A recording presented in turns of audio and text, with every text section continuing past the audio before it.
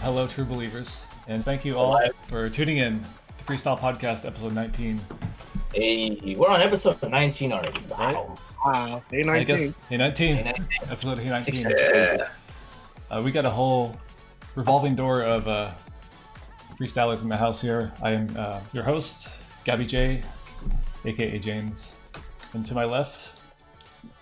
Or right. Depending on the screen you have. Yep, whichever, however it's organized for y'all. Let's go staff first. Yeah, first come first. I am your boy here, DJ Velvis, and it's been a long time. I shouldn't have left y'all, but unfortunately, things are the way they are for now. But hey, glad you're here. Yep, and I am John, aka Jason, aka Chaos. It has been a while, y'all, but hey, we are all here together in the virtual world, kicking it, talking freestyle. You know what I'm saying? So let's all enjoy what we got right now, and let's have a good one tonight. Yes, and I am like a case of chlamydia that doesn't go away. I'm regular Ryan, and I'm joining us. Burn, baby, burn. Joining us for our last podcast episode. Could have told us that beforehand, man. Sorry. Way to drop your 2 weeks notice now.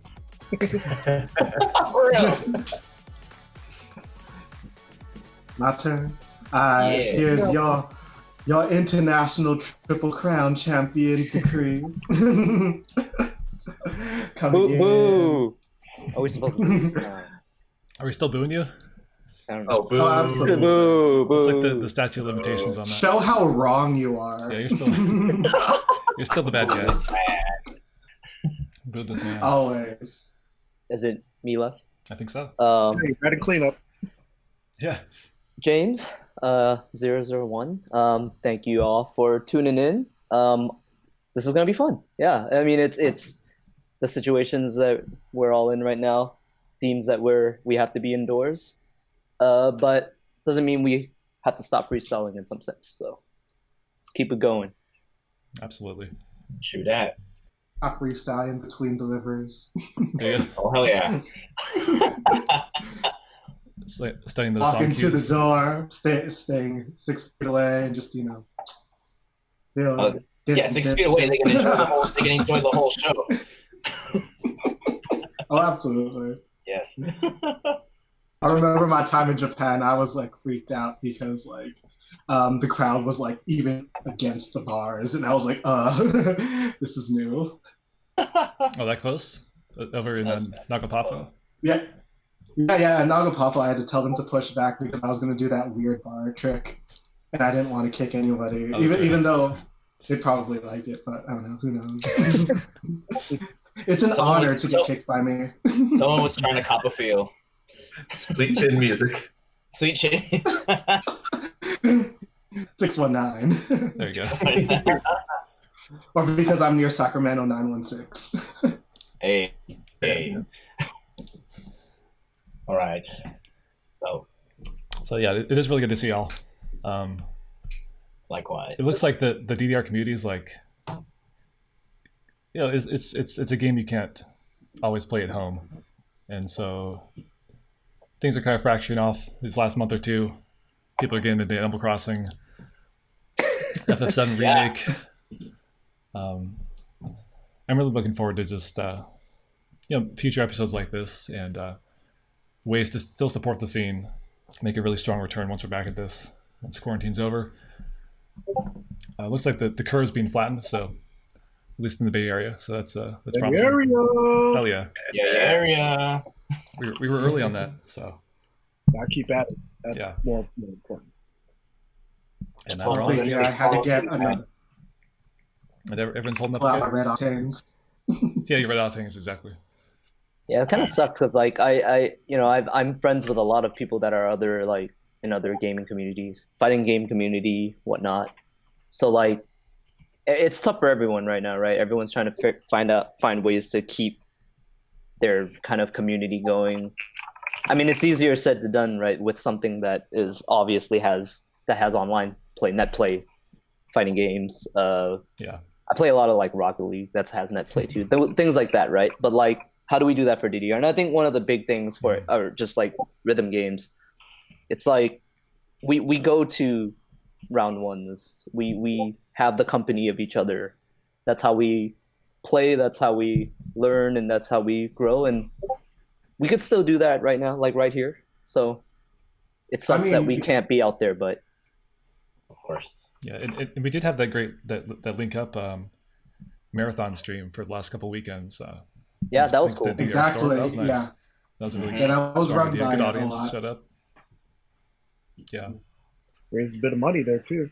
Yeah, exactly. I didn't get the total on that, but they were making those donations were rolling in. It was awesome to see. Also, a very different. Thanks feeling. for joining the cause. Thank you, James, Yeah, for dude. joining the cause for that one. It was fun. I was gonna say it was a real different feeling freestyling for like a remote audience. Yeah. Like I was more. Yeah, it was.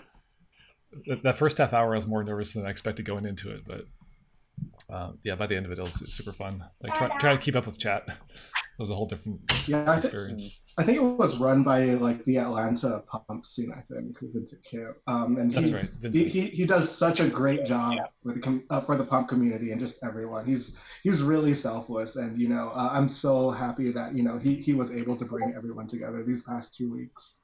And I wish I could have joined, but then I did some research on the games I was playing, and Japan would have ceased and desist me. Same thing about Really? but no, yes, yeah, no, it was so cool seeing a lot of my friends,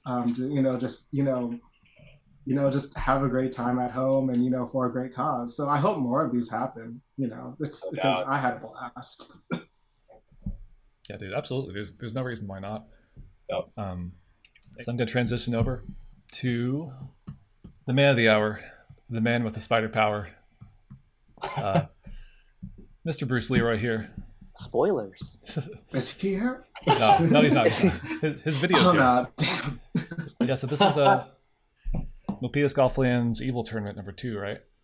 That's right. It's on Friday the 13th.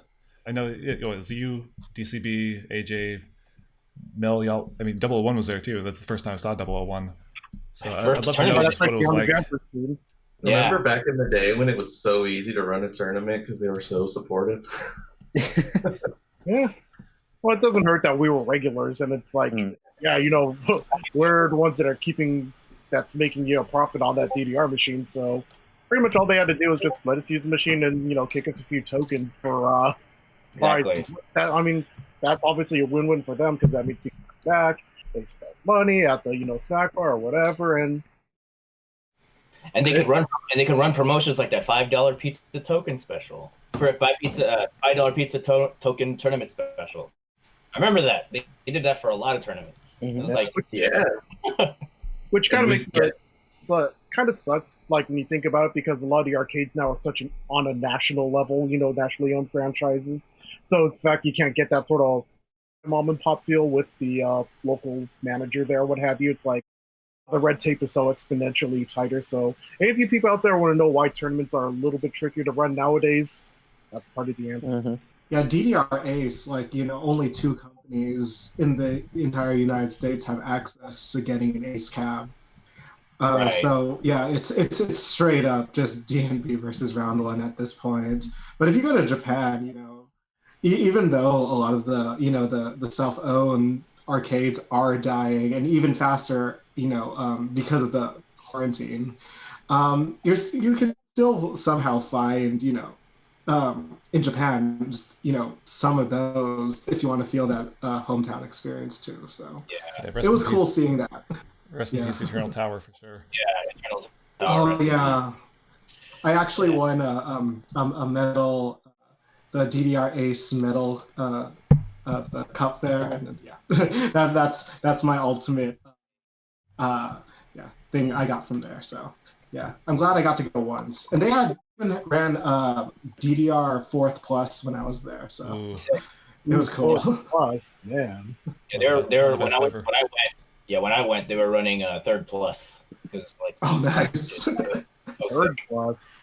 I think the only thing that I could take away from there was that they were there was actually a dude playing Keyboard Mania. Like, actually, someone playing. Keyboard Mania. Oh, wow. It's like someone not named Eugene Kim is not. I was gonna say He's like not playing Keyboard Mania. It's so crazy. playing keyboard There's with actually- his hands in his pockets. Yeah, exactly. Actually, in Osaka, there actually is a public Keyboard Mania machine going on Really? right now. So when I went there, at Amucha Museum, where the I talked about a lot of they have a DDR gold machine right against like a Macy's window and speakers like blowing to the outside. Yeah, they actually have a lot of a lot of legacy machines there too. So if you're ever in Osaka, be sure to go to a museum cha. Hit me up if you ever go to Osaka. Yeah, I'm gonna have to hit you up and a few other people. Yeah, like the to find out where all the other cool spots now in Japan are to play DDR, or just be Mani in general. Because I mean, the only one I knew of was like Taito Station and Eternal Tower, and around one, I guess. I mean, but no one goes playing Money around one. They all go there to smoke and play pachinko. True. Yeah. At least at their round ones. Yeah. So I'm still curious on the day of to switch it back to 2002. Just what it was like at MGL Evil II and. It was raining it's like- super hard that day. Yeah. Was it? That's what I remember. So y'all trapped in there. I remember me and John got out of school because we went to the same high school. Yep. Our friend Steve, who went by Jeebus, picked us up from high school. He drove down to Newark, picked us up. We went to San Jose State for a few hours and played 8 style because that was new. That was such a great day. Man, that was one of the best days ever, dude. It really was. It really was. And then we went to the tournament right after. Damn, Yeah. I remember I was trying to get up there from the East Bay, wrangled up all of like my Mad Steps guys, but it was raining like crazy, and we're like, I thought we were gonna be late, but the tournament lasted for like 3 hours. But, Tournament running on time. right, exactly. But I was just like, man, we're gonna be late. It's gonna start, but got there probably like 30 minutes, like till showtime. So. Yeah. But yeah, it was super rainy, and then it was my birthday the next day. That's how damn. I do remember. Yeah. Okay. That's a good weekend. There you go. That's a great Since weekend. it was raining, were people using baby powder at the time? I don't think so. No, we didn't have that tech. I feel like there's no tech back then. Yeah, just no bar, no baby powder, no gloves. Was there PA at this tournament? I don't remember Was it. it freestyle? No, it was on like a Friday night, so I don't think there was PA. Yeah, it was strictly freestyle, right? Yeah. I think it was pretty only freestyle. I think that's why we had the time to go play 8 style. That's right. Do you remember how many people entered? Like Oh, 30. good. Yeah, good amount. because you said 3 hours. Like that's pretty stacked lineup. Yeah, it was like 30 something. Jeez. Maybe it had to be about 30 something at least. Yeah, like off the top of my head, without looking at like the list, I can name off people that performed. It was like Nado, there was Explicit, it was you, of course, James. Yeah. Was that your first, James? It was my second. Second. So CBN was my first, and then this Oh, was wow. my second. Wait, CBN was Really? Was it? CVGL, not CVGL. CVGL. Oh, brother's right. My fault. That's fault. right. That's- My fault. See, you can't Just name, like- get us. Like the top 2 California tournaments. It's like we might be old, but we know these things, man. I'm the one getting. You're thrown off the timeline like a WWE documentary. I've been inside too much. Too long. Yeah. Time. That is certain What is people time we don't anymore? mention. I'm like so screwed up. There's like 78 days in April now. I know, right? I don't even know I don't know what like day it is any or it is what day is it today? Like Yeah, March was the longest year of my life. But yeah, No doubt. CVGO was the first one. But then I remember thinking to myself, like, man, I wish I could have done better at CVGO because, like, I don't think there's ever going to be a tournament that big anymore. Mhm.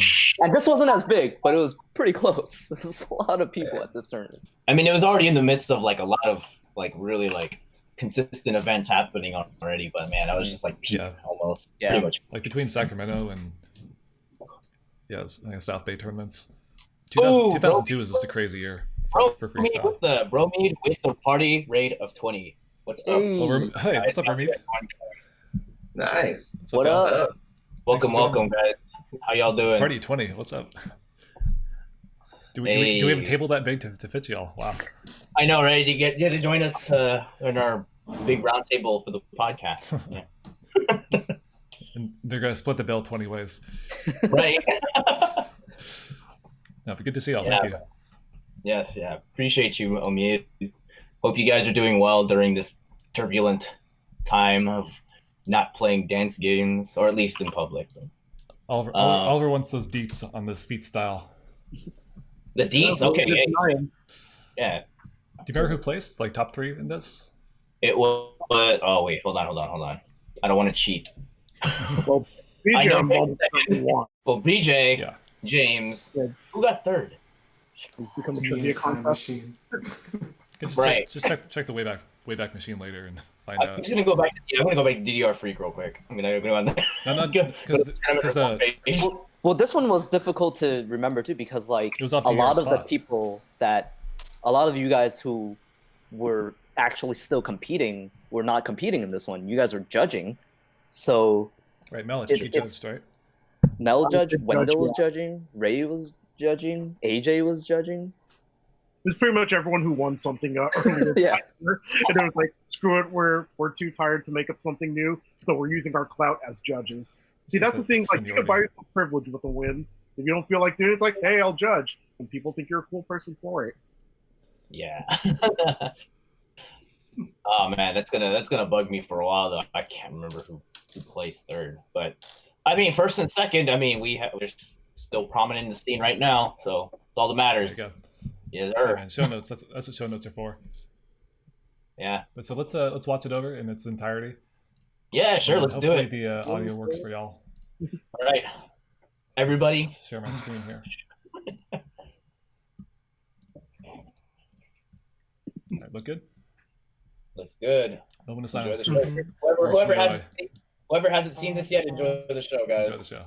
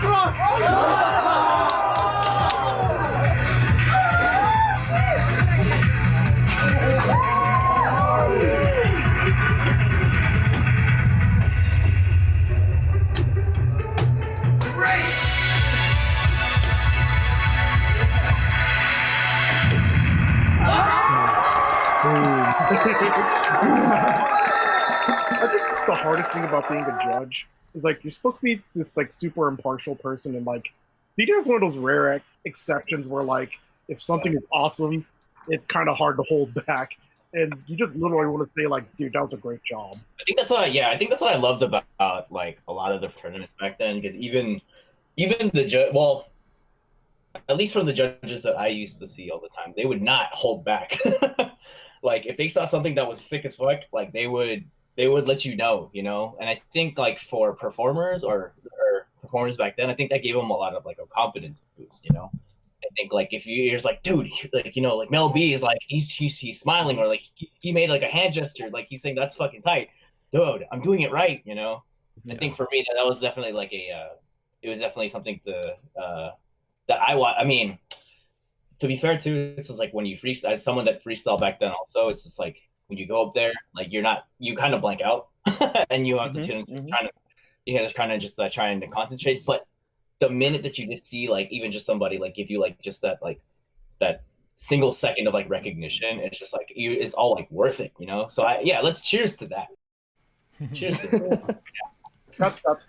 Just out the corner of your eye, and straight up, you might not. Butters, she makes so much noise and just gives so much positive energy back to the dancers. Yes. And you can have different kind of judges. You have like the stone faced Russian judge. Failure. It's great to have just a really always varied panel of people, personalities on there. Freaking Josh, dude. Josh is that. Probably my favorite judge out of like everyone. He is, man. Like he would give you your prompts when it was due, but it was just like he was always just that guy who was just like,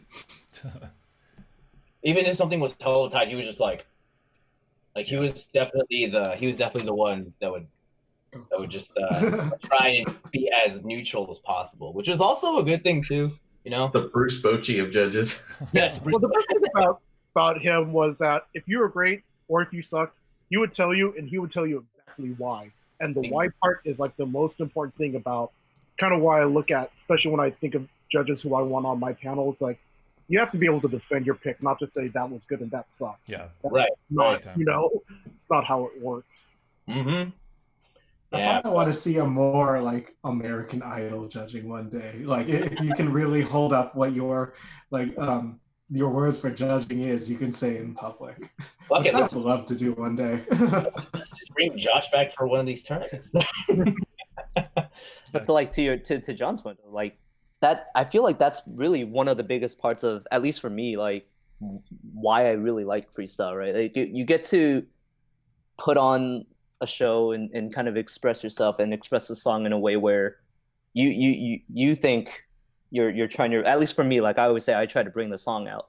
And when you see that reciprocated with judges, but also like the crowd, that's really like one of the biggest parts about why I think this is so fun, right? Like everyone's getting that same enjoyment and you're sharing it, but everyone's getting hype. I remember at this tournament, I had some of like my heroes in front of me in the judges table, and when they got hyped, I was like, this is the coolest thing ever.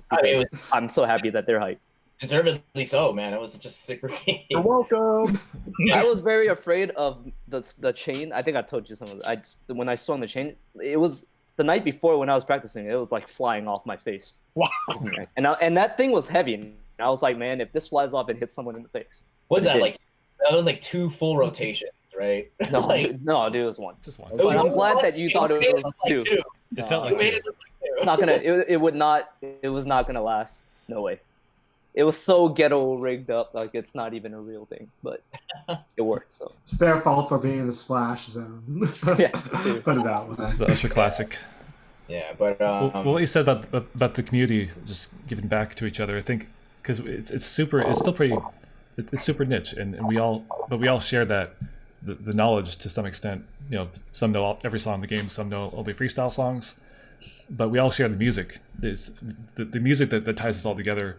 Tech players and freestyle players alike, and like when you see a song be done justice, like Insertion, which no one picked for freestyle, like it really strikes a chord.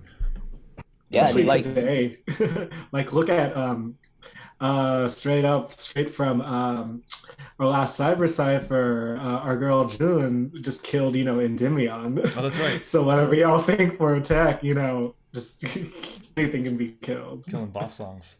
Anything's possible, man. That's why it's especially now with like the song selection that DDR has now. It's like the possibilities are endless. Yeah. Honestly, like it's great to see. Just like the what do you call it? I forgot his name already because it's in all Japanese. But the guy that did Neutrino, the mad scientist guy that we right. I voted for him at Nagapatha. That was sick. That's still one of my favorite routines to this day. Like that was sick. Like it's like how he dressed up, like and like the vibe that he gave off, and he did it on Trick. Like, or I call it Trick. I love how he called it Trick. Difficult. He did it on Difficult. Yeah, Trick. And yeah, it's like, man, it took me back, man. It took me back. Like, just like doing freestyles to like 200 plus steps, man. Yeah. You know, Unorthodox And then- songs. To the point you made, James, though, of like, you know, like we share the music. You know, Insertion, it's an old song. It's been in the game for. I mean, even when this in 2002, you know, when he did this routine, it's a song that everyone knew already. Like Fifth Mix that came out, I think. Yep.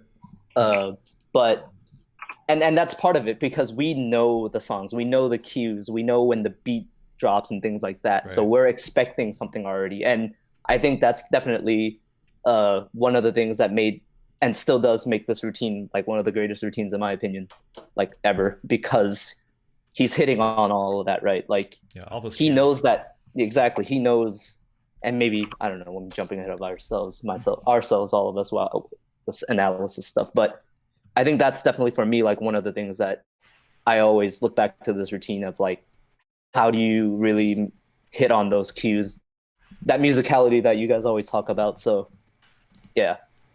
I think we have somebody who's on Discord right now. I'm hearing like Discord beeps. The fuck? Is it? Also, Is that you? oh yeah, we also have We BJ got on the over call. here. Whoa! Come on, Hey. BJ. Hey, I heard some people talking. Some people talk about me. Is that what's going on? Is that? Oh yeah, we talking some major shit. Is that what's happening? I bring the music. Thank you so much for joining us, man. yo, what up, EJ? Yo, Coming in clutch. what is happening, you guys? V-Town What is represent. happening? V-Town represent. What is happening, my lovelies, my brothers? Hey. Hello. Good. Oh, Say glad face to like now. That deserves a shot. Shoot, man. oh what? That deserves a shot. Oh my God! I only got one. Yeah. I was not prepared. Such a cheap drunk. Now, what's your address? I'm a send something our way. Yeah. Man. Oh my! Oh my! But yeah, it's good to have you, BJ. How you doing, man? Man, I'm doing well, man. You know, keeping as positive as can be in these times, and just thankfully, doing some work, trying to make the most of the time, and it's wild, man. It's a wild time, but glad to see familiar faces doing positive things. That's for sure. Glad you could be with us, man. Definitely got to be there for each other, like especially during these times, especially. So. Oh, for sure, absolutely, It's gotta be without a close doubt. though, man. Mm-hmm. We were kind of talking about our experiences leading up to that day. What was preparation like for you for this Oh, one? dude, that's a pretty decent story. So yeah, I was excited, really excited for this tournament. I remember, and I remember I was like so excited because it was one of the few. It was gonna be my first tournament where there was an edit, because I've never done an edit tournament before. So I was like, oh my gosh, this is gonna be so great. And like I got everything together, my like PlayStation, a memory card or whatever. And like I was just like sweating, man. I was like, oh, what am I gonna do? What am I gonna do? Like I didn't have any good ideas. And I think it was within 48 hours before the tournament. I want to say where the inspiration struck for Insertion. And really it actually came together, I want to say the night before. Like it was really like I didn't sleep that night. I stayed up until probably 3 or 4 in the morning. And then I was just working. I remember I had my DDR soft pads on plywood. This is still early in my tournament life, so it was really like I was just like going all in and like just super hype. Yeah, and I just remember like, all right, I got something here, and inspiration struck, and like with every note I put into the edit, like I got more and more excited about telling that story of Did the concept of the song come first? it was that's kind of hard because it was kind of because I know Spider-Man was on my mind because the Raimi films had just like, yeah, they were like, you know, they had just come out not too long, like around this time, and I was like, oh, you know, and I think it started as, because you know I've been really, I think you've probably talked on this on other podcasts, and how storytelling comes into the freestyle, and you're thinking about a song in terms of the choreography and the story that it can tell, and you're like, oh, cool, like, and I think it was maybe the first, I want to say maybe, you know, 4 or 5 measures of the song where I'm thinking, oh, you know, this could be like the beginning of a slow tale, and I was like, oh, I began to listen to the song, and gradually I was like, oh, this hella fits Spider-Man, dude. Yeah. And then it was like, you know, and I just began kind of like, for every kind of, you know, 4 measures of the song as you go, there's kind of a different piece that's being told, and kind of some stuff was like, hey, this is a great beat to tell the story that really matches up, and then some stuff is like, okay, I'm gonna have to fill in something here before it gets to this major story beat. But it was probably, you know, coming from the mindset like I want to tell a story through a song, and I always liked insertion. It felt like it was a storytelling song, but it wasn't until like 48 hours before where like the story of Spider-Man kind of coalesced with that. 48 hours, damn. Yeah. It was just like nuts. That, like towards the end. Yeah, it was pretty nuts. Like not every routine was like that. Like the a minute routine was like, that was months of work, for example, in comparison.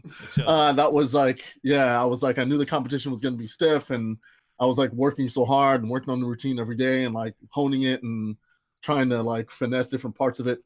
But this routine was like pure, just creative inspiration, like lightning struck. And then it was just like going through that process over, you know, basically a day and a night.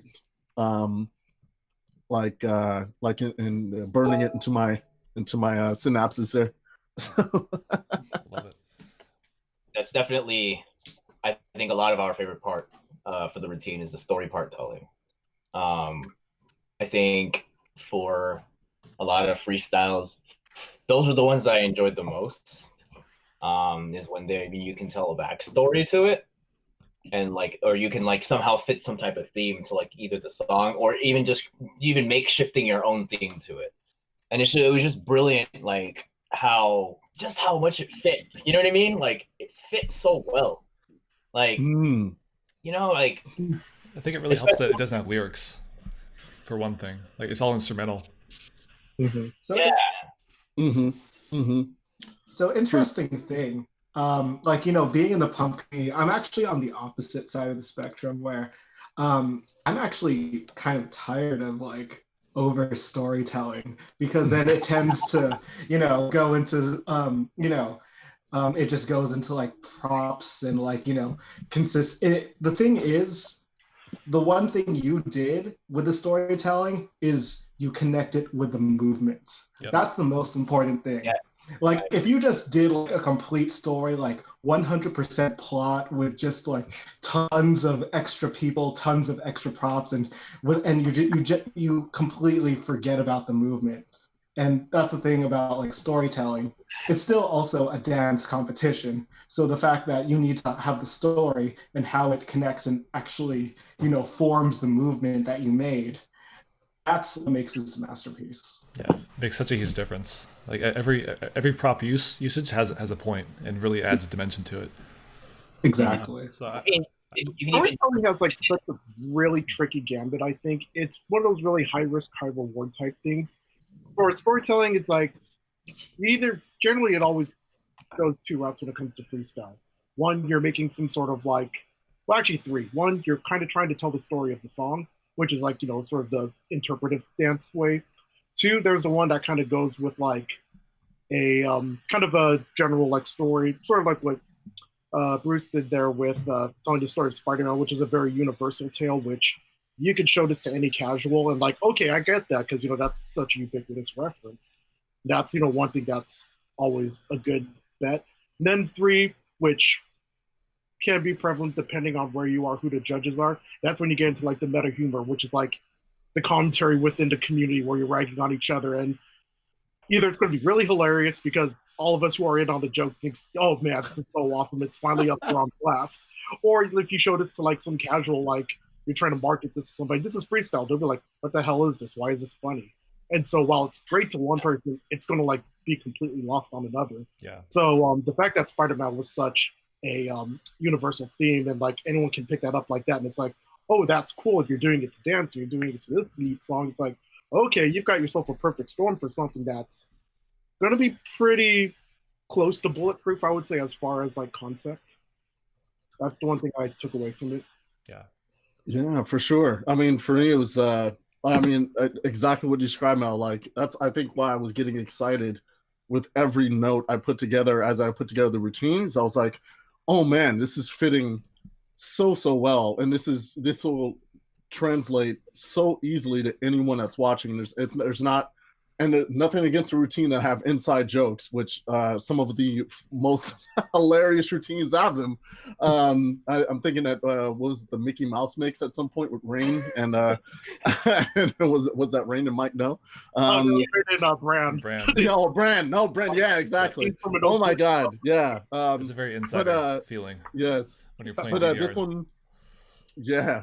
But it's like, this one's like, it's very like relatable, understandable. It's like lots of references that people understand.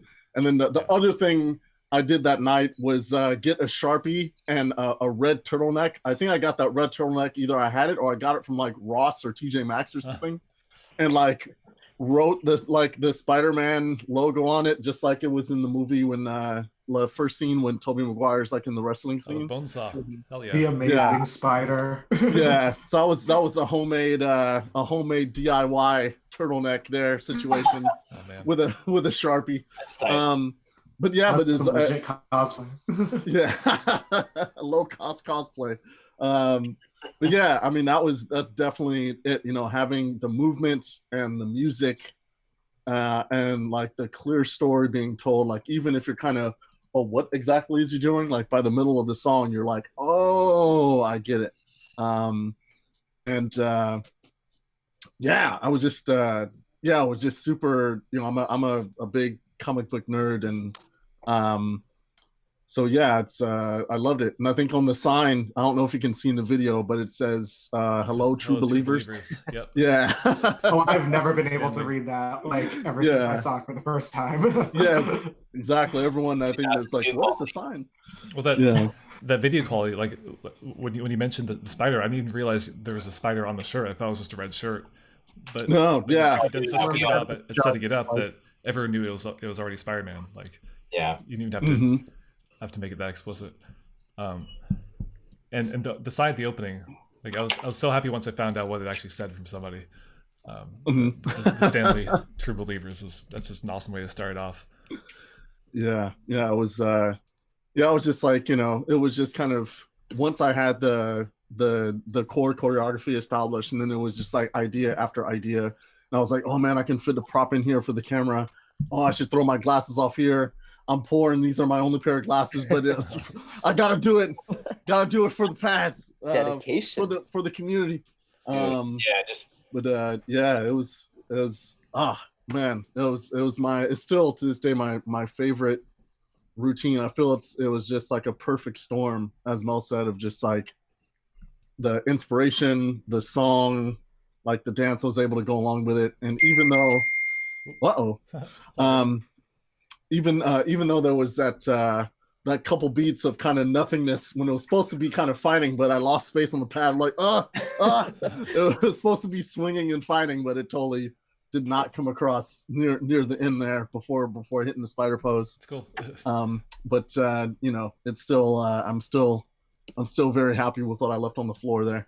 I definitely did have questions about the ending there, but this opening with Stanley, it's just an awesome way to get the early pop from the crowd. Like anyone who knows Marvel would know that. Just really, really important to have a strong opening in any freestyle routine. And, it was almost like it's also funny. An Easter egg. Yeah, right. It's like funny. It sets the stage and just makes it easy to understand for anybody watching. I was super salty when I was there because I'm too short. I was trying to look over people and I couldn't see the sign. So I was like, no. why are people popping off? And then I had to ask someone later on. They were like, oh. I was like, oh, that's cool. That's great. Well, yeah, There's Easter something egg. cool about how 2D he looks. Like, you know, he holds Yeah, it he's up, like- so he stays the exact same point. It's kind of like you're reading Right. a comic book. Like the image you see to everybody, you have to look at him in kind of a 2D, like, you know, frame image. That robot. Cool. Definitely. Yeah, I want to try to get the little tail to like point at my mouth and like keep it there like as I turn. Yeah. Your face there is so awesome. It's a great expression. All right, so the routine That starts muscle off. control. Yeah, this always sticks out. I like this a lot when you kind of plant your feet back and forth. It's like it's really deliberate the way you hit those arrows and kind of slide your foot back. Yeah. So funny thing about this part, like that back and forth dance I do right after this is a dance I used to do at family gatherings all the time. Really? Yeah, it was like kind of a infamous stupid dance in my family. But I was like, you know, I started doing this when I was like, I don't know, like 9 or something. I'm like, yeah, I got a dance move. And so it was just a really great thing. I'm like, oh, I'm gonna put this in here. This is stupid to me, but maybe I can make it look not horrible. This is also a stage in my my DDR-ness where I was constantly looking in the mirror to try to make my body look a certain way for basically to do good dancing. I think that's one of the most valuable things that DDR, like, I guess, motivated me to do. Like, you know, my first routine, like at that Scandia, like I went back and looked at the video and I looked how awkward my body looked, and I felt like, dude, that my body cannot look like that. And there was a lot of work. Fierce routine, right? That's right. So Fabulous, so fierce. Yeah. Yes. But I it feels like actually different. feel that way. than that. Like, I feel because, like, you know, you are, like, I know you in person, so you are definitely one of the more taller freestylers there are in, you know, in the DDR freestyle scene. And as a taller person, you kind of have to like dig in. You have to make your, you know, you have to bend down a little more. You have to make your lines all different because, you know, otherwise you're gonna run out of space on the pad. You have to like stretch to the very edges. It's like when I watch I'm gonna take it back like to digital life, like Jing. He looks really tall, so he actually like goes in and like digs and like you see his knees go all the way 90 degrees because he has to like make all his limbs fit on the pad and, you know, make everything look you know, strong and powerful, because taller people have to do a little more work to, you know, bring out their movement point. Yeah, And like you, Especially when you're tall and skinny. Like, it's a struggle, man. Yeah. Like I still need like work on my posture, so stuff like this is definitely inspiring to watch. Yeah. Yeah, you can't forget about a limb, you know, because it'll definitely, you know, the default position is awkward. So whatever that default position is, it's going to be the awkward one. So you have to kind of train your body to be intentional about your angles, about where your limb placement is, even down to like, are you pointing your toes or are you not? To be just, you know, almost overemphasize where things are pointing. And yeah, absolutely. Really quick, I mean, I guess just segueing into the next section, where I also want to emphasize the fact that you utilize your height to its full potential, because this next section blew my fucking mind. What? Because first and foremost, you made the edit so that every leg movement that you did was hit with an arrow. And like when I look back at like the edit, like in the when like the night after, when like, you know, like a Fuji DDR Freak or whenever he decided to like release the videos, like I looked at the screen and I'm like, what the hell are those arrows? You know? It's hard to see, like with It the is video hard to quality. see, but you hit it so well. Yeah. It's I like mean, the thing is, it's like all 8 notes. Yeah, all 8 notes. But the thing is, yeah, look at that. it's like not even good doubles. I mean, not even like the really shit charts nowadays have steps like that. You know what I mean? That's some pump shit right there. I swear. Straight pump. So that's what like I said, going back to the subject of like utilizing your height, like that was a perfect example of utilizing height. Because if I tried to do that shit, I'd probably like tear my quad. Like, I swear to God. Your legs can just cover so much space. Yeah. Yes. Backwards too. Like, yeah. It looks good backwards too. No, like no joke though. That this is like James was saying, you know, like starting off, like having a really good beginning, like to really set the stage, like is very, very important. And I still consider this the very beginning of like the routines, and it's just like, you know, like once I saw that, like I was like invested. I was like, dog, this is about to be one of the greatest things I've ever seen. Like this is already gonna be amazing. Like I already know it. Like, I mean, man, like so cool. Like, look at that, man. Like, I love that. I'm blushing so hard, man. It's like extra cool because, you know, DDR, obviously the panel lights up, so he's like hitting it and it's just flashing from like left to right as he's hitting, gliding past it. I missed those Yeah, lights. get a little Michael, little bit of Billie Jean, Michael Jackson feel. Yeah, it's one of the only parts of the routine that feels like kind of very much an edit, and it's something you kind of customize for yourself for that one move. But the rest of it like doesn't feel. It feels like some DDR light chart, like a 3 or something. So I think you really just structured it well, and like you made the steps feel authentic and not kind of like, you know, just trying to cheat and get that step count in. Like you've seen with Absolute. No offense. My favorite.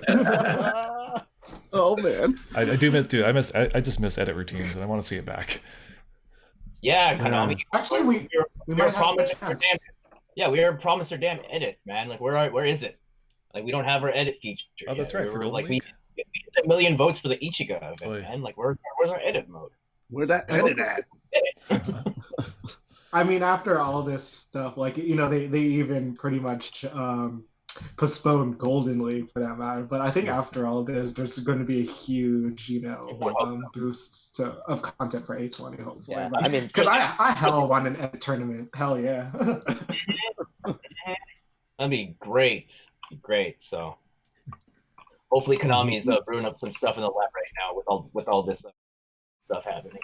Hopefully you don't get demonetized for that because I just said that. But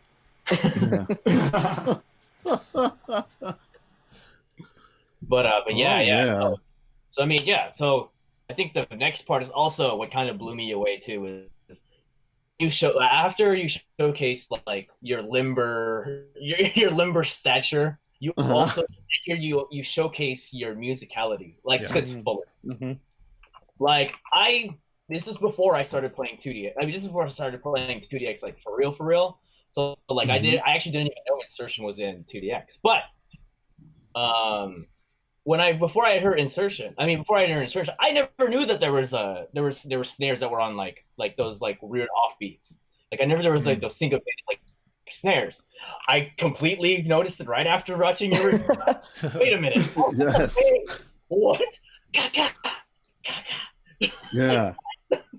Oh man, it's one of my favorite parts of the song, and I think that's one of the things, like, because like my DDR my introduction to DDR was at Sac State, and we had, I think it was started with a 4th Mix Plus, but basically we played it like there was a small group of us that were there that were just playing it like religiously, and I wanted to do like every song on hard, and I was like, oh man, you know, and so I was probably as opposed to any other game, like I was familiar with just about every song, and I think it was always in the back of my mind at some point that INSERTiON, like this part with these snares, like they stick out, and it's like there's definitely, I mean, because they're repeated, it would be like a cool thing to do something there. And by the time it came to time like to make the routine and put it together, it's like, dude, yes, this is perfect. Like you can get the taking the camera, the spider bite,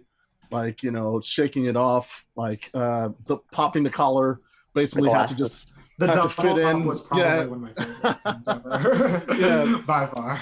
Yeah, there was a few things that had to be like, you know, it's like, okay, I have a few extra hits I have to get in here. So like the glasses and the pop collar was in there. I was like, all right, cool. But yeah, it's one of my favorite parts. It always stuck out in my mind before when I would play Insertion. Yeah. And those are the things I really love about like a really creative routine that really takes advantage of the song and the musicality of it, right? It's if you think about all of those movements, they're not anything crazy or anything, but it matches perfectly and it tells that story. So it's not like you have to bust out like, no offense to our L kicks or anything, right? Like, right? And you don't really have to do anything crazy, but it just matches so perfectly and it progresses the story. And it also progresses like the entire performance for the rest of the crowd too, as we're becoming more and more engaged into it, right? And it's really those simple things like you said, the popped collar, the glasses, but hitting those the snares is one of the things, at least for me, that makes this routine so great. Yeah, it's so subtle, but it tells you all you need to know, really. Mm-hmm. With the glasses, like it's who he is. he's kind and of for he's kind of a nerd. anyone He's a high that's school ever nerd. that's ever used props in a freestyle tournament, Yeah. Any kind of prop, it's very risky. Like even pulling out a camera from your pocket can go very, very wrong. And you did that with grace, sir. Oh, thank you. Yes, it's You very can tell risky. me all the stories about props, but that was great.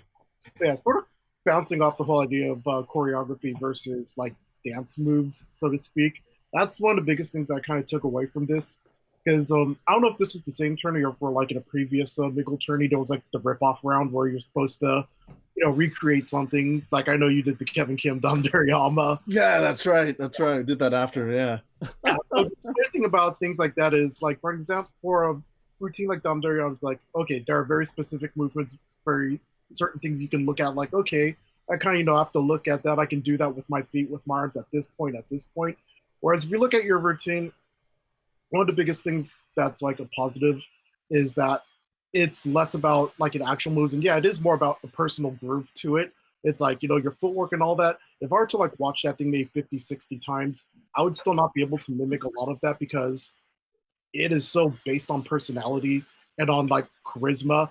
That's like, what they say, like you can't copy charisma, you can't like jack swag, very this is very much an example of that right there. Like you can do things like you can nail the certain parts, like the camera, like taking off the jacket or stuff like that, but just all those gaps in between, it's very unique and it's very it's style, and if the most important thing is that you can find something that's very much like, if everyone looks at that, like, oh yeah, that's totally his style. Like, and if someone else tries to do it, like, oh god, he's such a copycat, so and so, So yeah, the fact that like it just looks like, yep, that's something P would do, and it totally fits him. That's like one of the biggest compliments you can have, and the fact that we haven't really seen anyone as close to that today is kind of a testament to, the performer and the routine itself.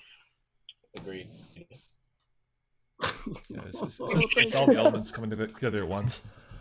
Back to the musicality, I love how I've tried to do this with the shirt and let go of this offbeat, and it just doesn't look the same. Like I don't know how you actually stuck your shirt to your hands or made it look like it was, and just you're holding it.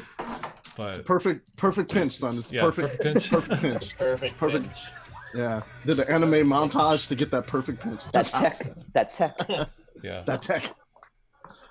And just every single one of these movements, like Mel said, just has that Bruce Leroy like that personality to it, and the way your posture is, and just the way you transition from move to move.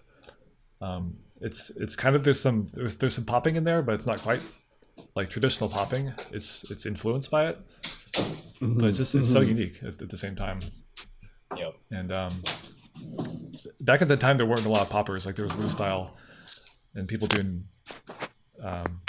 pantomime or miming, but there wasn't a lot of it. And your routine stuck out the most in having that, and this in like telephone operator also. Oh, telephone. Well, the other thing that we have on, that's fun. which is like so signature, you know, Bruce Leroy is that you look on his face and the guy's got like he's really happy to be there. He's into it. Yeah. He's either in character or he's really happy to be there. He's either straight or he's up there like he just got fucking laid before he got up there and danced. So Yes, I mean, that's a good way.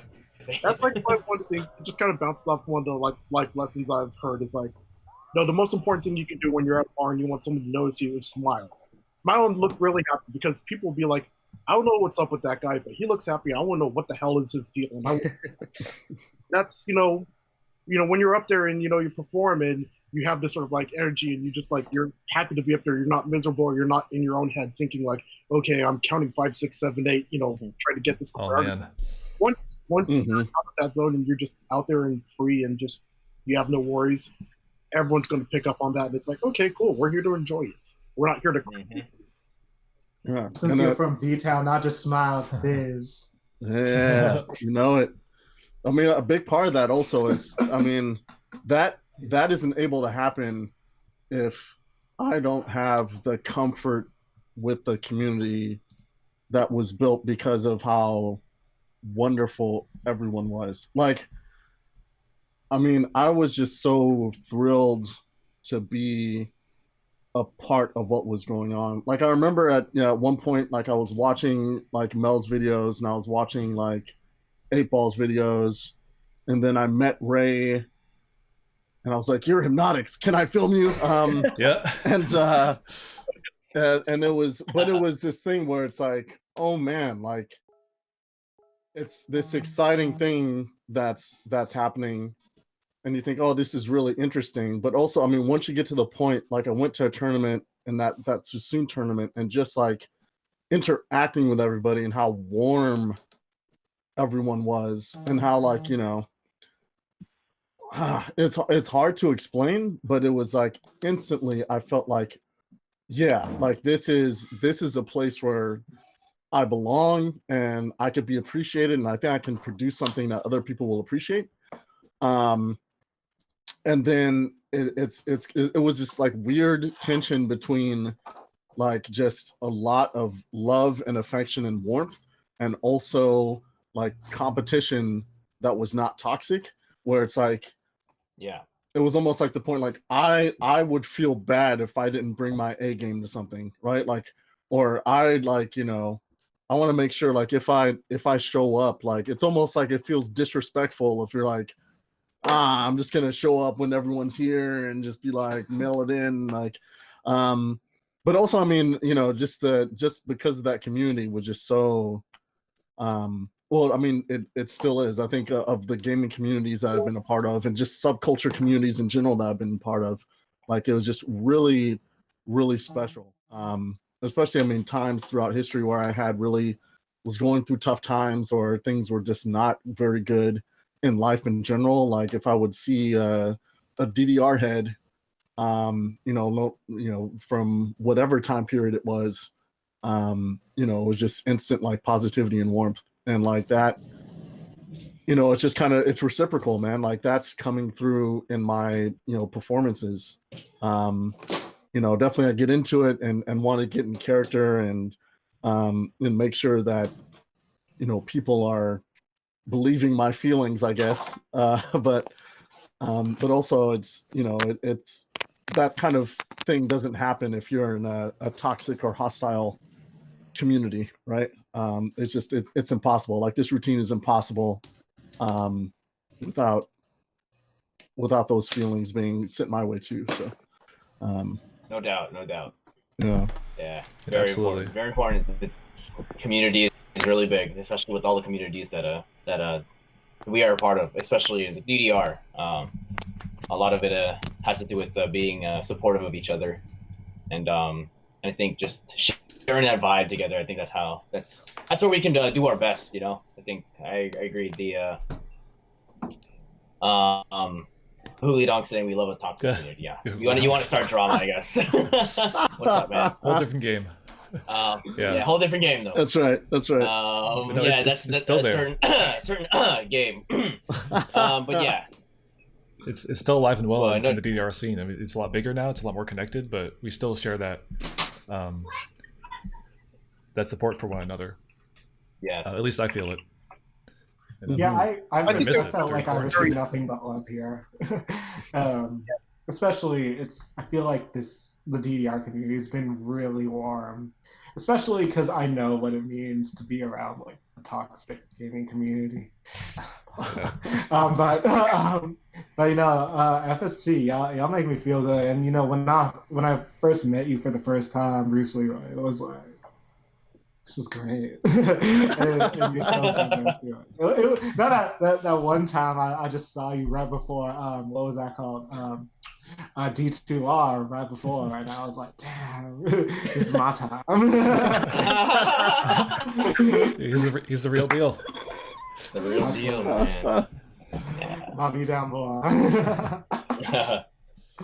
Yeah, No, but y'all man. spread so much love. That's why I'm thinking about my next DDR routine as we're talking right now. So thank you for everything. Definitely echo that, man. Yeah, thank you. Thank you. Appreciate Freestyle you, yeah. Takeover, man. Oh my god.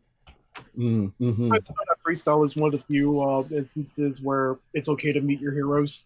You know, they always say Right. don't meet your heroes, but Yeah, yeah. Yeah. Much agreed. Yes. that's true, man. I met Bill Nye. He was not that cool, bro. What? Oh. We got to save this for next. Oh no. I was disappointed, man. I was disappointed. I was like, oh, maybe he was hungry. Maybe he was hungry. I don't know. No. So sad. So sad. That's unfortunate. There goes my childhood's kind Pressing of. Like we talk about freestyle and like why we're a supportive community is I think there's just underlying tone where like everyone up there who's performing, this is kind of like in a way, people have a fear of public speaking or public performance and all that. I think there's a certain empathy within the community of like, okay, this is someone up there like bearing their soul for lack of a better term. They're like just putting it out there. It's like we don't want them to screw up. We want them to like get through that routine as best as they can. And ultimately, if you're in competition, even though you want to win and all that, it's like you want to do best for yourself. And on top of that, it's like, hey, if someone beats you, it's because they were the better person. And the thing is, when the better person beats you, chances are you liked what they did. It's not like Absolutely. Mhm. Conspiracy. It's like you applauded, you begrudgingly applauded if it meant like, oh damn, I missed out on first place. But like I said, I think ultimately we all want the best for each other because we know what it's like to be in their shoes. Yeah. Mm-hmm. Yeah. And I think one of the best stories I have, and Kevin, you were there. So like, what was it, like a night or 2 nights before D2R? We're at Concord round 1 grinding. We're like, we knew this is the last couple of days. We need to really go hard at it. And BJ is like, he shows up. I think he started showing up like the last like week or something. Yeah. And we're like, oh shit, he's there. But like, Tight. I think there's always been kind of this mentality, and I've had it too, coming from like being from old school freestyle, where we're all a little bit secretive and like, what song are you gonna do? Oh, I don't know, That's what everyone said. Yep. I don't know. Yeah. But that night, or those 2-3 nights of us just grinding it out, we were really helpful, I think, and that was one of the coolest moments in my whole like DDR playing career, of just being there and that camaraderie. We were helping each other out, literally watching each other's routines, going, I think you could do this, maybe you can do this. That was really cool. It hit that hard, things like that. I think that really speaks to that camaraderie. It is definitely like a competition, and we want to do our best, but we also want everyone else to do our best too. And for everyone that saw D2R live or through the stream or saw the videos, I think that really that camaraderie really showed up during that tournament, in the quality of the performances, but also just like how much everyone just enjoyed themselves there, how much fun everyone just had.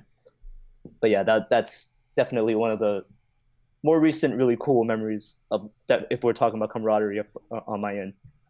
And I didn't waste it too. So shout to that. If only you didn't waste it.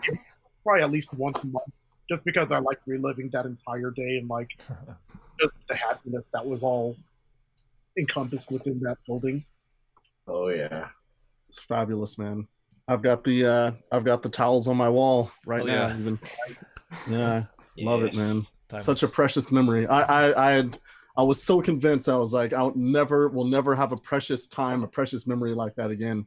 And lo and behold, you miracle workers have pulled it together, and everyone just put in all this effort, and it just ended up just so epic and so wonderful. And yeah, man, another cherished memory in the DDR pantheon.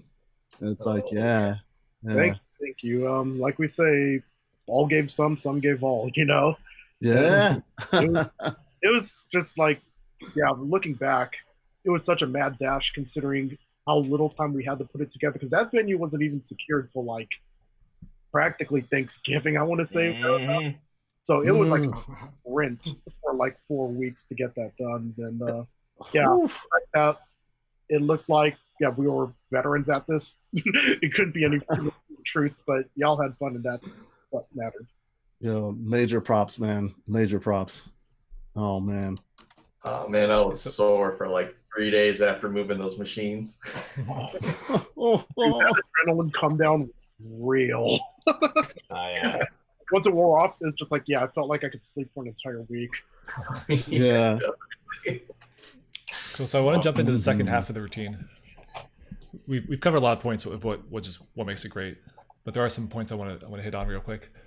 Look at Chubbs back there. This transition after the bass drops and you kind of walk up the wall there.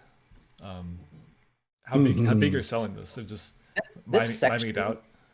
Is literally like one of the reasons why I don't think it, like, if you are even thinking about doing a routine to insertion, you better have something better than this part, because this part of the song is like extremely crucial, right? That breakdown, nothing, like, it's kind of quiet. There's nothing up there but yourself, really, and the few notes from the voice from the song. But that's really it. So you really have to have something there to really be able to sell that moment. So, Right. Yeah, you gotta really hear the crowd slow throughout. down. I mean, people were. I think even if people weren't figuring out what was happening, people were starting to figure it out. Yeah, this is when I started figuring it that's out. when most of the audiences start to get on board, and it's awesome. It's like people are like talking throughout the breakdown. What should be a quiet part, but And it's everyone's starting to react to it. And it's just like so crazy how like the music like fit so well. It's just like this guy's having an epiphany right now, and the music is just like, you know, like it's crazy. It's all atmospheric. Like it's like this dog's about to like gain like enlightenment right now. You know? Yes. Yeah, my mind's moving a mile a minute at this point, and it's a slowdown. I almost opened the jacket too early, and you see me like put my hands back and be like, "No, I'm not supposed to do that yet." I thought that was intentional. Yeah, give yourself the wave. You're like, oh shit, hold up. Like, wait. This is too it's too fast. You know, oh my god, my mind's racing at this point because everyone's just getting so hyped, and I'm like, don't mess this up. And then I almost messed up the jacket right there too. I barely got the thing off. Dude, it's like 50-50 sometimes, or every time. Oh yeah. That last sleeve whenever you're trying to take a jacket off. Yeah, you I'm see like, Ray, and you can see Ray and Wendell like doing the Arsenio Hall fist pump right there, like Yep. straight up, man. Dude, Ray throughout this whole video is just fucking great. Super hype, dude. Yeah. Straight up hype the whole time. Wendell popping off so hard he has to like Wendell- hold the Santa hat down. Yeah, yeah, serious. Oh, yeah, man. I love all the hats. But Wild stuff. It's like the look on your face right here. I wish I could have seen the whole audience like right at this moment because it's crazy, man. I think we were all like just jumping up and down Yeah. at that point. Yeah, it was super hype in there, man. I was definitely feeling everyone, feeding off the crowd, feeling good. That doing room's electric. doing Yeah. some spider swings. Telling part of it because the first part he's the meek Peter Parker, average schmuck, and then like he gets his spider powers, and now the second half, of course, he's going to go into hyperdrive and Yeah. it completely apparent in the movement. It's probably the Let it best loose, part man. of that first Sam Raimi movie with Peter Parker like swinging from the rooftops. Like that was like an iconic scene. I watched the movie recently. It doesn't hold up that well, but you know, that and the scene with Bonesaw, like there's some good stuff in that movie still. Dude, that movie was hot back then. Yeah, back then it was like nothing else. It was fantastic. For sure. But that just comes through so well in this section of the routine. Like you're just going off. Yeah, like it was by that time it was pandemonium at that point. It was like, oh yeah, That's like, a good word.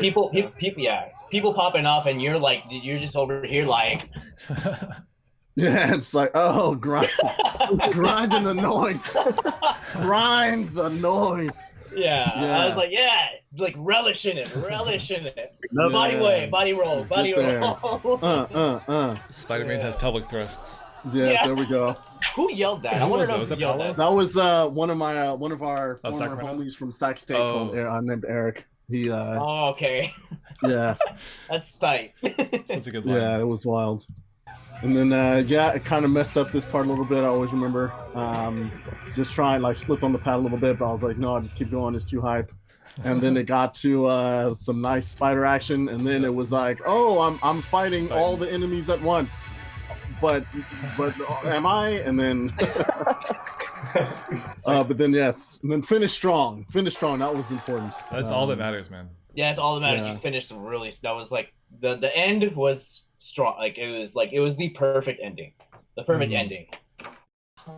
It creates some space between the ending and what was before. Like just having that section in the middle where there's not a whole lot happening, but we can tell you're swinging around.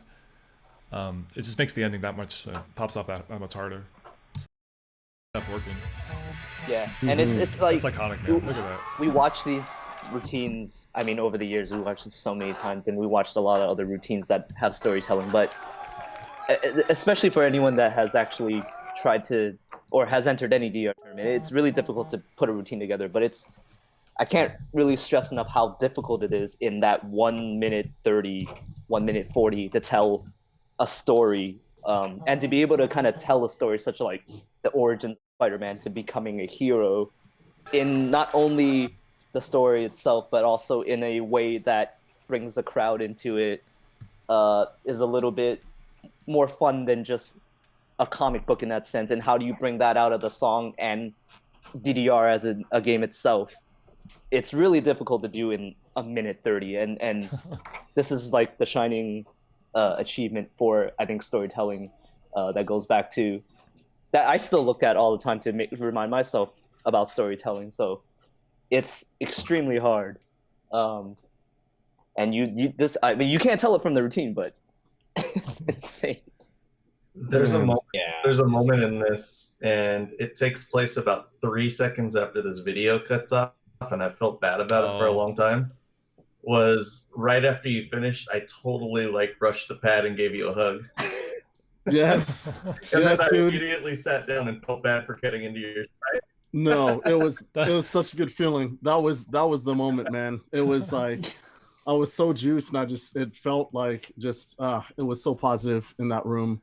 And thank you, by the way, man. I'm just so glad to hear that it was, that the effort like and positivity and energy I put into it like paid off. And there was just a lot of love in that room, and it's great. And I remember, I think it was Fuzzy Hat that told me like, why the hell did you not save that for CBN or something like like Dang, someone Lawrence. like Like Lawrence was like pissed. He's like, why the hell would you use this routine for this tournament? Middle Like, too. I was like, dude, no, it's like this is so great. Like, I was just like from tournament to tournament, I was just like cherishing every opportunity, I think, and it was just like let's do it. And yeah, man, yeah, it's man, I regret nothing, and I cherish that hug, Ryan.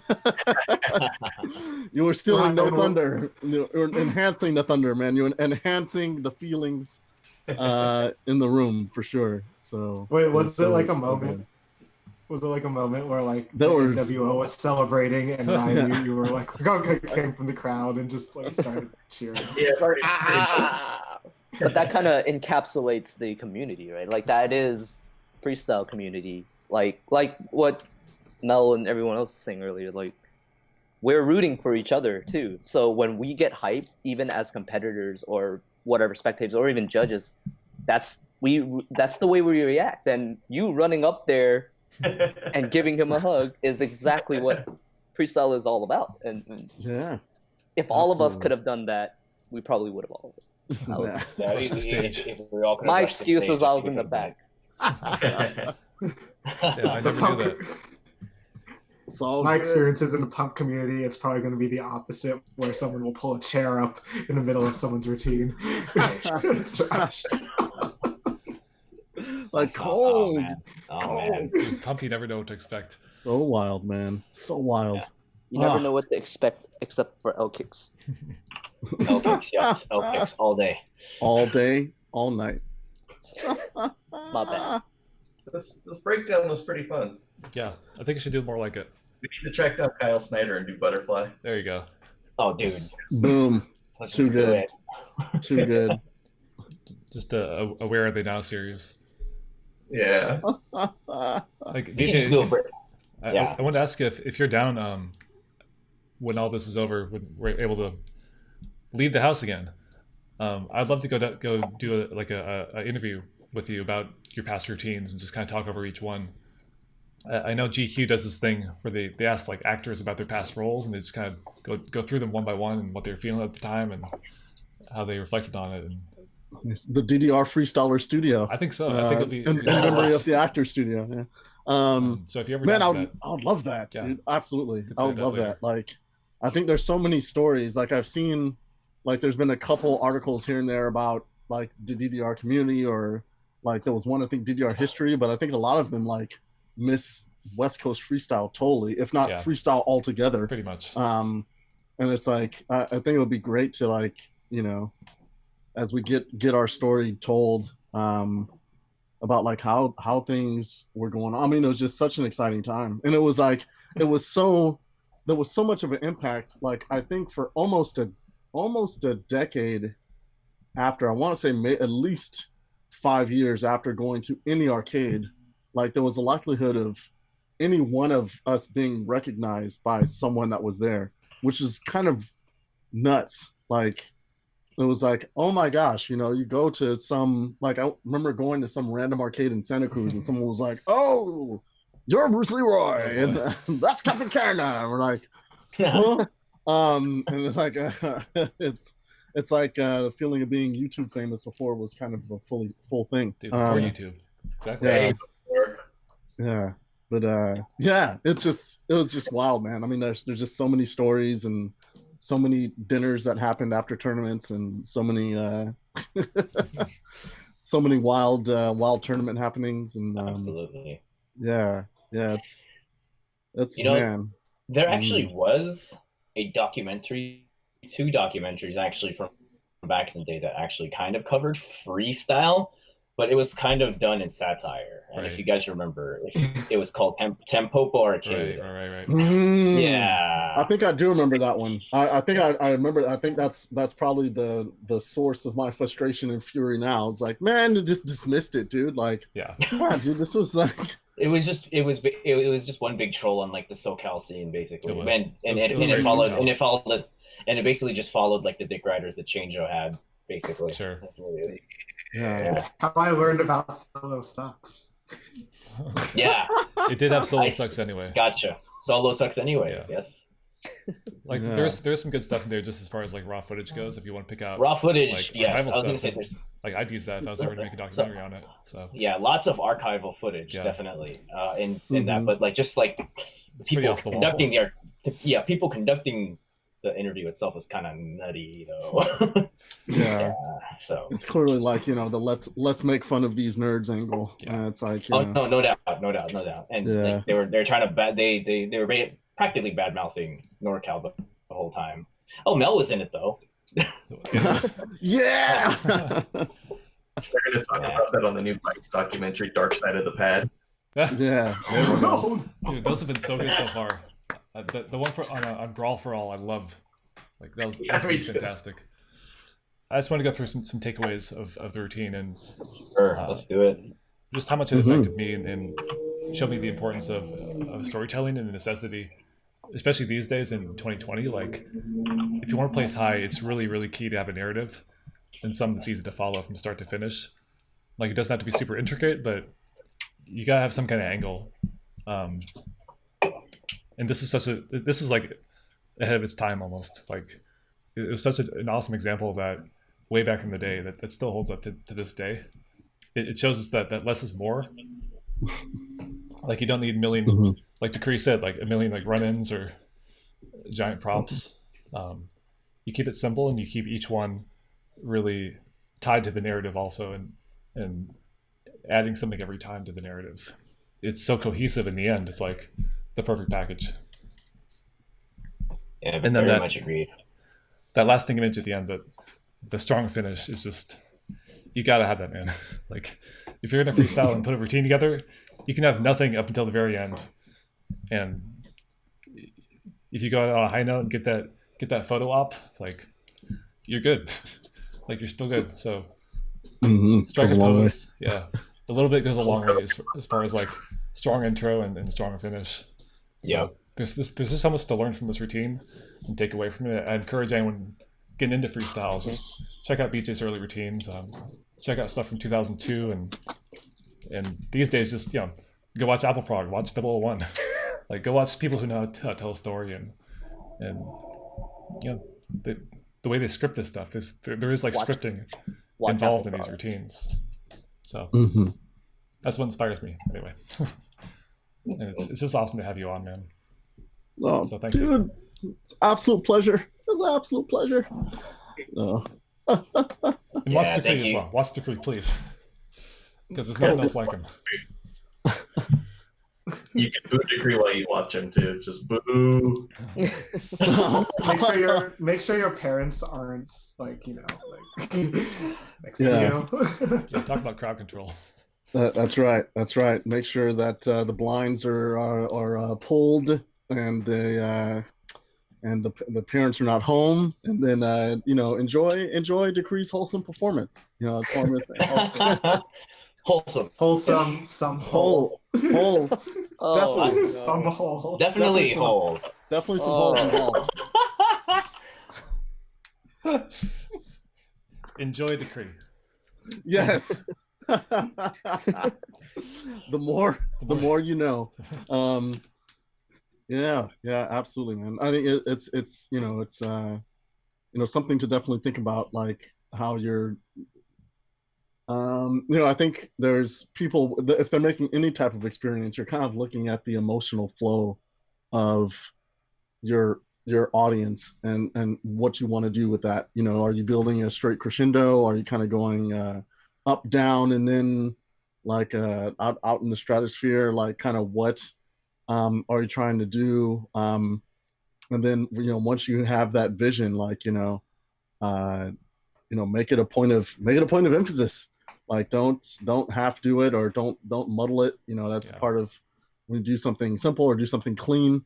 It might not seem complicated, but it gets the point across. Then that's the mission accomplished, and on to the next 4 beats, right? But yeah, I think if you're watching a good action movie, or even a good YouTube shorts, or a Pixar short, or a lot of those things have the same type of elements where they're taking you on an emotional ride. Even like with some of the stuff Apple Frog's doing with basically initiating mystery at the beginning. Yeah, that anticipation. And it's like it becomes like almost like a parallel to a whodunit, or it's like watching an Apple Frog freestyle is like watching Knives Out. It's like what's gonna happen, man? What's gonna happen? You're just waiting for it. Yeah, you're just waiting. You're waiting. Like, oh, I know this is gonna conclude, but how? Oh, someone's going down at the end. Though. Someone is gonna definitely go down. Someone's paying the price. But yeah, I mean, I think it's important, and it's tough to find the balance between all the elements of it. But when you strike that balance, and there's no way to really to know until you put yourself out there and make yourself vulnerable to the crowd while you're up there, Wendell in chat says before there was Miles Morales, there was Bruce Leroy. Hell yeah. Oh, Hell yeah. no doubt. Yeah. Oh man, I just watched Spider-Verse not too long ago. Yeah. So good. I just So heard Sam lovely. Raimi's making the next one. Is he really? Yeah, supposedly. Whoa. I'm so Yeah. they just can't let go of Spider-Man, man. I'm so I don't know. I have mixed feelings. About what they're doing. I wish they would just let Marvel have it. I know. Sony's They like, should you know, hire you to that's do a it. different, totally Oh, yeah. different conversation. Different podcast. But Hire, damn. hire BJ. damn you. This is Sony. Another podcast over there. Exactly. Right. hmm Yep. My Spider-Man love runs deep. Yep. It's, There's a lot of takeaways from this routine, and I think we've all expressed that very much through this entire podcast. You know, just and for me, like my biggest takeaway was it showed the potential of what just like the full potential of what freestyle can be. You know, like at that time already, like freestyle was very prevalent, and I think encompassing that into like one single routine was just like kind of like that. Like that was a night where I kind of just said like, this is the reason why I love freestyle so much. You know, Yeah. like this is definitely what I would show everybody. Like if they were to be like, hey, what is this? What is freestyle on DDR? Like? What was this? You'd have two, like back then it would be two videos that I would show for sure. It would be the DJ Ball Samantha, of course, and then yours. You know, yours insertion for sure. Like those are the two videos that that come straight to my mind. Like, and then maybe the third one would be DJ 8 Ball Cafe. Yeah. But those three. So those three. gonna make me cry happy tears after this call, man. I'm trying to hold it. God damn it. Yeah. Dude, but yeah, it's I mean, for me it's the one I go to show people, like, you know, once it comes out inevitably at some workplace, you know, it's always some team building or something. And it's inevitable. It's like, what's something that someone doesn't know about you? And I'm like, I was a DDR freestyle dude, and you know, and long ago, and they're like, what is that? And I'm like, here, this is what you need to look at. It's my proudest achievement still. Put it on my resume. Deservedly so. But yes, I was gonna ask, is it your favorite? Jinx. Going James, Nick, Kevin, you're next. Okay, so is it my favorite overall? Or do you have a Yes, it is absolutely my favorite overall. I think because it's an edit, because of the nature how it came together, and then what actually ended up being left on the floor, I think it is my favorite routine I've ever performed. Yeah, looking over all my routines, I think it's like I would consider that the pinnacle, and all the other routines like after we're trying to like get to that point. But I don't know if inspiration quite struck the same way again necessarily. But yeah. I mean, not to downplay any of your other routines, they were all still amazing. Oh, Let's make that clear. Let's make that clear. Thank you. Yeah. But I wanted to add before. I remember I forgot it. I think it was like, I don't think it was 2010 yet, but I know one of the viral video websites actually did pick up on your routine. Oh, I remember that. It was was it E-Bombs? Yeah. No, wasn't it was I don't think it was E-Bombs. There definitely was an article written about it that now, like at 404s, I think. Damn. I think at 404 I remember like this. 10 years ago maybe, but yeah. But there was like it might have been a Kotaku article. Whoa. It looks like it was incredibly positive. So I think it's also like one of those routines, definitely. So, you know, if anyone is new to the concept of DDR freestyle, it's definitely something, you know, to add on to what Chaos has been doing. That, you know, it's definitely start with this one. Absolutely. If I remember correctly, like it was just kind of a crazy ride after this routine, after this tournament. You know, just putting together routines, and like I mean, things were just like were clicking, and I think because it was. Am I remembering or CVGL was before this tournament, right? Yeah, I was gonna say like before, I was really. You didn't have a lot of time to really celebrate on this one. You had tournaments coming up left and right. CBN was in another half a year. Yeah, it was definitely it was hot and fast. And I remember so this is another maybe notable thing about this routine was that after CVGL happened, and I felt so distraught because I think I got sixth there, and like I had worked on that a minute routine so hard and for so long. And because they had changed some things last minute, and the tournament was supposed to be outdoors, and they moved it indoors, and the judges were basically, because it was so crowded, they were scrunched up against the machine.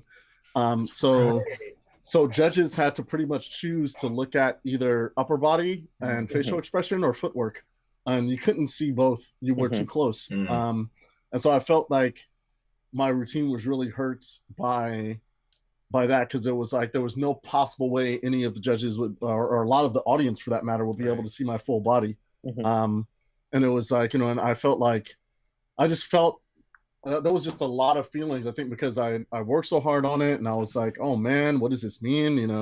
Am I even getting better? Am I even getting good? And it was like I was in my own head and had a hard time even like processing and enjoying that moment, because it was like CVGL was so competitive. There were so many people there. I mean, getting fifth there should have been like I should have been celebrating out of my freaking mind and out of my pants. But it was like, but unfortunately, I was all salty because I was like, oh my god, all these things changed last minute, blah blah blah. And then coming back to it and trying to just come with just a better attitude, overall, just to be like just a little more grateful, a little more humble, about what's being brought, and just kind of, and I think it was the dinner after CVGL that really like drove that home, like how wonderful and supportive and encouraging this community was. I think it was like Hanzo and Rain maybe pulled me aside and like talk some sense, and Mel was like, and Tequila, and it was just, man, it was like, so it was like getting to that point, and then just like it was just kind of the beginning of Mr. Toad's wild positive DDR ride, and it's good stuff, man. It's great stuff. But yeah, wow. That's crazy. I think we can all relate to that experience in some way or another. Is like not every freestyle tournament's been a home run, or you've placed quite where you wanted to. And that was actually my vote, was to break down tonight was your minute routine, because I still love that one to this day, and like the insertion routine, it's got all these different sections that they're just so unique and but gel together so well. I'd love to break that one down sometime. Yeah, we all have different, like, I actually voted for Mechanical Rock. Right. So it's like a one vote difference with Spider-Man and Mechanical Rock for this. Man. I mean, I voted for something else, but I kind of knew that I was going to lose. So, not to say that I knew my vote wouldn't matter. Go with your heart. You're a good American, James. You're a good American. I wasted my vote. I'm so proud of you. God damn you. You're participating. Yeah, I'm making Nick a rock. Oh my gosh. And I'm still sad there wasn't like a video with a better viewpoint, like the common video that's out there. Like it just doesn't. It doesn't look great. Like that top down is not how the routine was meant to be processed. I should have considered the. Well, I didn't know, because I didn't even think we knew that the machine was going to be there, or even anything about the structure of Cyberbeat before we arrived. So yeah, the thing was also the day before, the first day, it was not in that location. They moved it. Yeah. To, like closer to the street. Yeah. First it was closer to the arcade. And it's like the machine has moved, and now it's going to be on the extreme machine. And by the way, it's going to be, there's just like, go down the list on how many audibles there are before a tournament. And these things are always so hard to put together for a tournament org and a freaking arcade owner, and if they're the level of cooperation between those two parties. So it's a wild thing. Man. This is the other view. I wish I'd been there. Yeah. Well, there you go. That's a better view. Although it's This is still definitely cuts off like your body at parts. Yeah. It's like, this is a better view, but it's like if the camera was able to just be a little bit farther back, because the more, I think the one that was out there more was from the balcony, and it was like there's so much of this. That was terrible. You see your I know what you mean. Yeah. It was to the point where like there was a lot of like whatever the social media that was out at the time, people were seeing the video and be like, why did this dude win? Like they were seeing the balcony view and they're like, no one really was getting it. Like, that Master 42 guy should have. If we're talking about CBN too, like I think it was a really strange freestyle tournament in the sense that like NorCal freestyle was very different from SoCal freestyle, and we traveled down there to bring a little bit of what we had, but I think a lot of the judges were SoCal cats, right? So I think for a lot of them, it was almost kind of shocking, and even for the players to just see kind of this level of storytelling. It was definitely a different style of a routine compared to everyone else. I mean, all the SoCal routines were kind of, we're NorCal, but I don't want to toot our own horn, but they were a little bit behind. They were a little bit behind compared to power moves, baby. It's all about the power moves. A little behind. So, yeah, I think it was definitely a little bit of a shock, and I definitely remember the feeling of like half the crowd was like, that was brilliant, and half the crowd going, I'm not sure how to feel about that. Yeah, it was definitely kind of a clashing of cultures that was happening at that tournament. Not to mention there was a few wild cards, like there was homies from the Midwest that were there. And it was like, it was just some different flavors of freestyle that were at that tournament that were it was pretty interesting. And also that it was a 2-day tournament too, which a lot of that video, I think I'd found some of the video there. But I think there was also some archives from that were posted last year, right? As well. Yeah. VHS. Thanks to Mel. Mel. Some VHS. Yeah, Mel has some. I was like, oh, that's awesome. But from night one. Yep, from night one. Also, whoa. Yeah. There's a playlist we have on Freestyle Takeover YouTube if you want to check it out. Yeah. And what's crazy? What's crazy too is this crazy too is Tigger Eugenie's dad like has all this archival footage of like every like single tournament, almost every tournament from like NorCal, and just random tournaments that like no one has. Dude, what? We need to raid that, dude, because I have in my storage a mini DV, yeah, mini DV. Okay, because I had a camera that was I had a camera that was VHS-C. Like it was basically like a VHS, but it was mini. Oh, see. Yeah, but you could play that, right. Yeah, so, but you can it's like, you could put it in like a converter and actually play it in a regular VCR. So that's still like on my to-do list for a project, because I have video of not only a lot of CBN, but also like the road trip down there from starting at Hypnotic's house. Oh wow, dude! I'd love to see that. And like car footage of us like talking about different things, and it's like probably have to edit out anything incriminating, but but it was like definitely some fun footage in there, I'm sure, of like all just to get like a sense of like what was the culture like, as we were getting to know each other. And it was it's gotta be fun stuff. Yeah, we really need to do. We need to get that.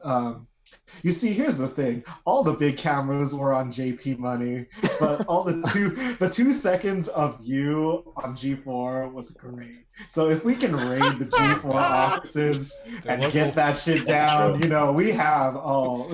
Dude, where's that tape, dude? Some archive in SF somewhere. Where's that? Where's that G4 footage? Check out, man. That's the holy grail. That's Oh, real yeah. status, man. Release That the is. tapes. Release the tape. Yeah. Yeah, but Damn. We're past 10 here. I think it'd be good to wrap it up for now.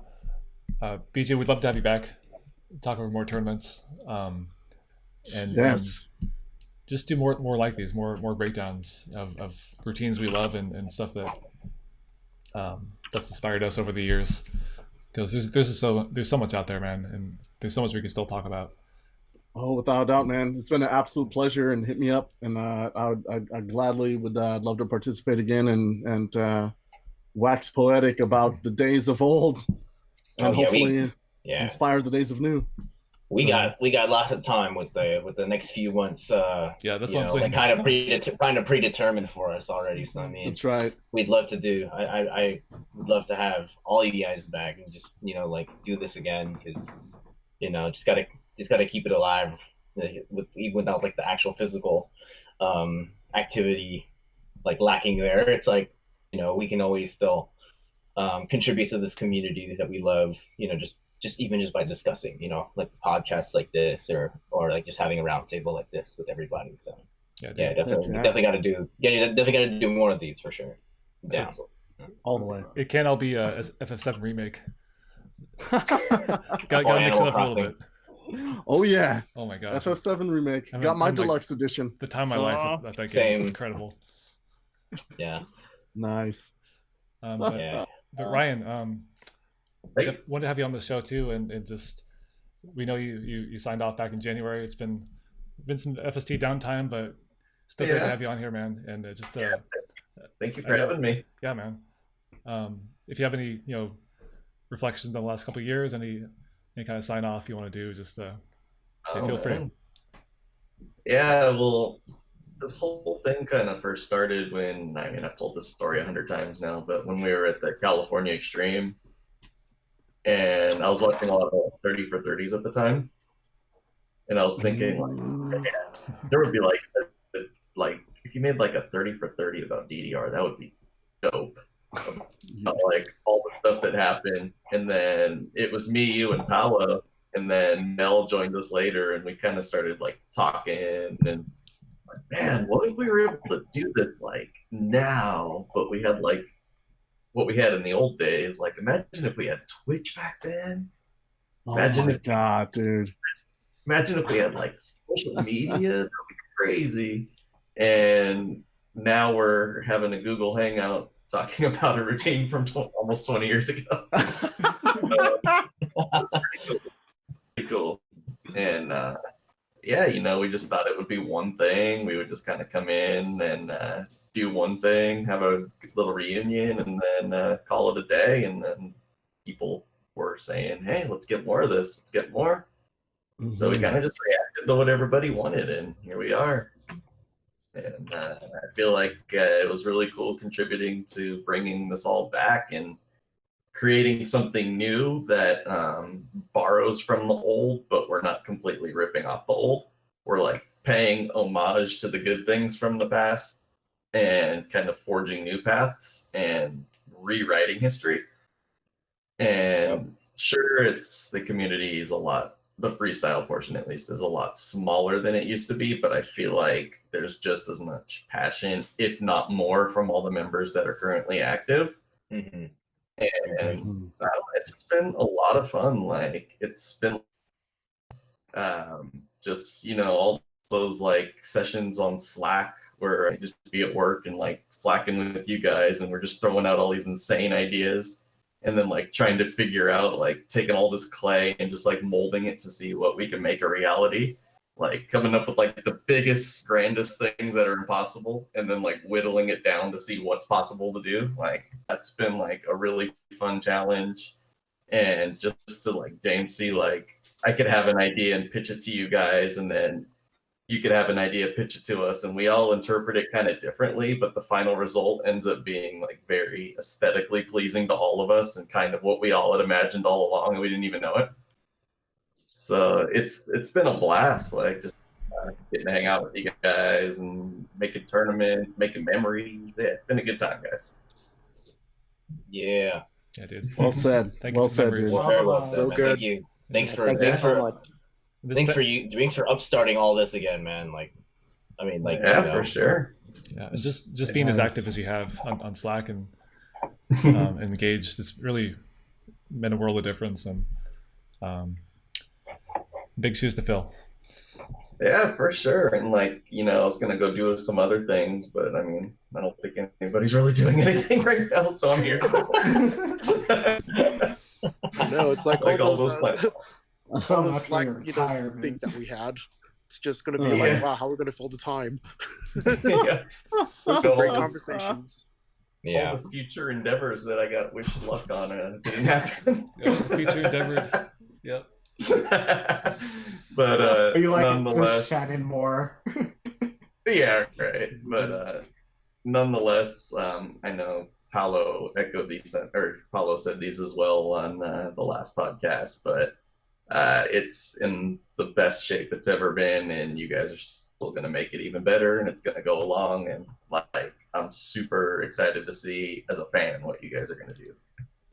And it ain't goodbye. I ain't gone. I'll be there, but I'll be there as a fan booing DaKree.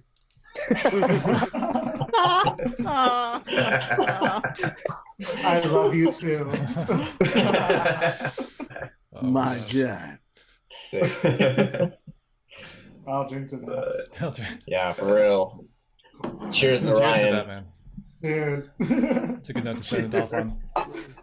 Yeah, I agree. Yeah, Yeah. it's been a blast. It's been an absolute blast. Thank you so much. Well, yeah, thanks for Yeah. going into the foxhole with us. And, you know, Oh, I yeah. always say this to everybody, like, that's been, like, you know, us original five. There's no better group of guys I would have gone to war with than y'all. And, you know, we definitely had our uphill battles, but, man, just that final result, every time, you know, you hit that milestone, we get to that tournament, and, like, we just know all that ass that we busted, you know, was worth it. Yeah, You're a remember big part like of it, when we were- just, you know, from the conceptual standpoint, you know, being like, you're definitely one of the people that embraced our mantra of no wrong answers. Oh yeah, it's the only way to go, man. Yes. I want to hear all the wrong answers. Oh god, that would be a great podcast. I just do all of them in one day. Can I share one of them? Go for it. Sure. Please. We wanted to talk about like renting a public access studio and making like a public access show. Like a totally like between two ferns kind of like thing with freestyle.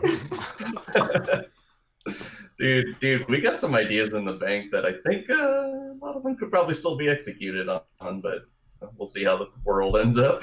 Yeah.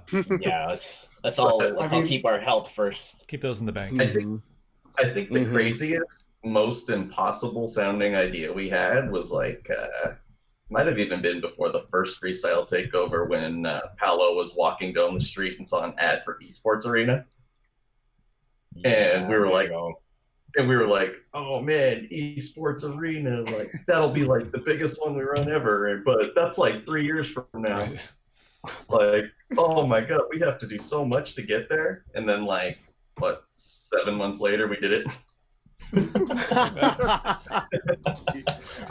we definitely So have epic. coverage with that one.